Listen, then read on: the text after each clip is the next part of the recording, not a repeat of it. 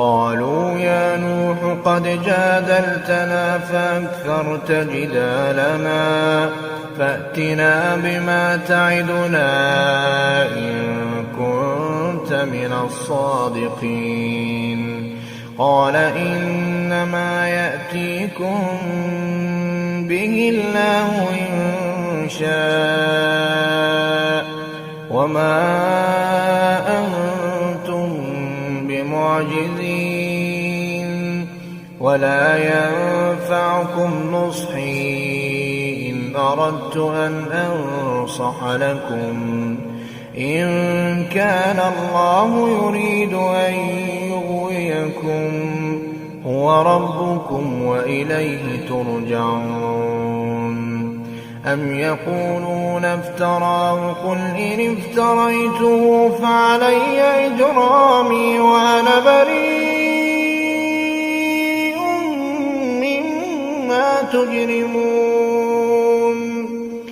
وأوحي إلى نوح أنه لن يؤمن من قومك إلا من قد آمن فلا تبتئس بما كانوا يفعلون واصنع الفلك بأعيننا ووحينا ولا تخاطبني في الذين ظلموا إنهم مغرقون.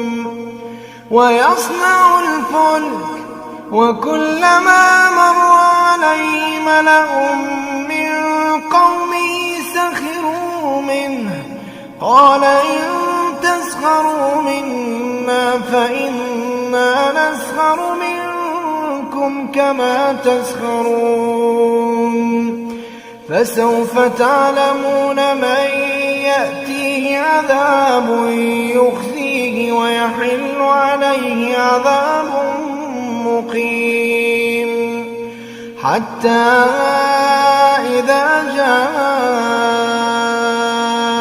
أمرنا وفارت النور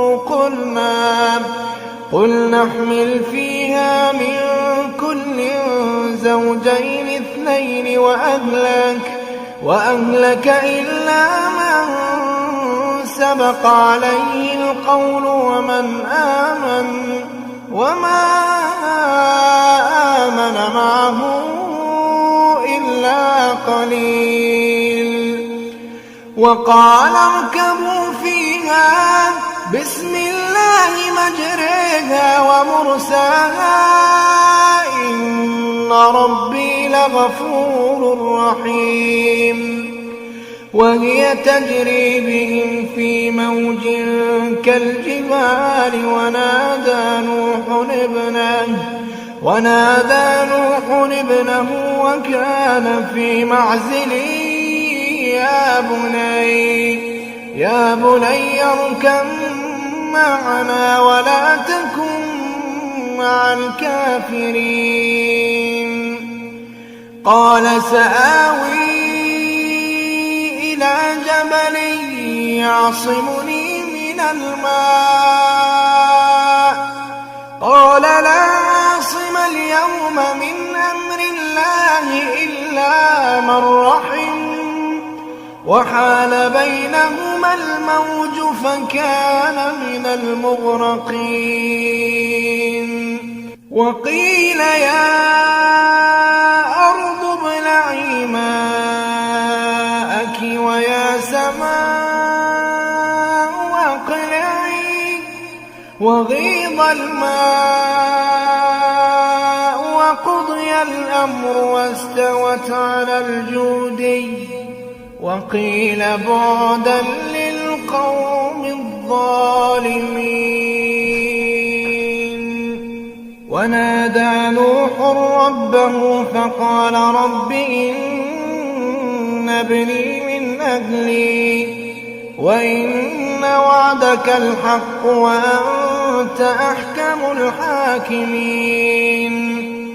قال يا نوح إنه ليس من أهلك إنه عمل غير صالح فلا تسألني ما ليس لك به علم إني أعظك أن تكون من الجاهلين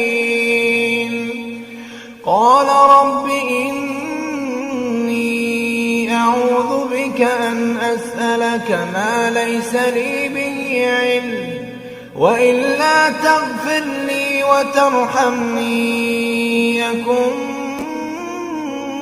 من الخاسرين قيل يا نوح اهبط بسلام منا وبركات عليك وعلى أمم ممن معك وأمم سنمتعهم ثم يمسهم منا عذاب أليم تلك من أنباء الغيب نوحيها إليك ما كنت تعلمها أنت ولا قومك من قبل هذا فاصبر إن العاقبة للمتقين كانوا قليلا من الليل ما يهجعون وبالأسحار هم يستغفرون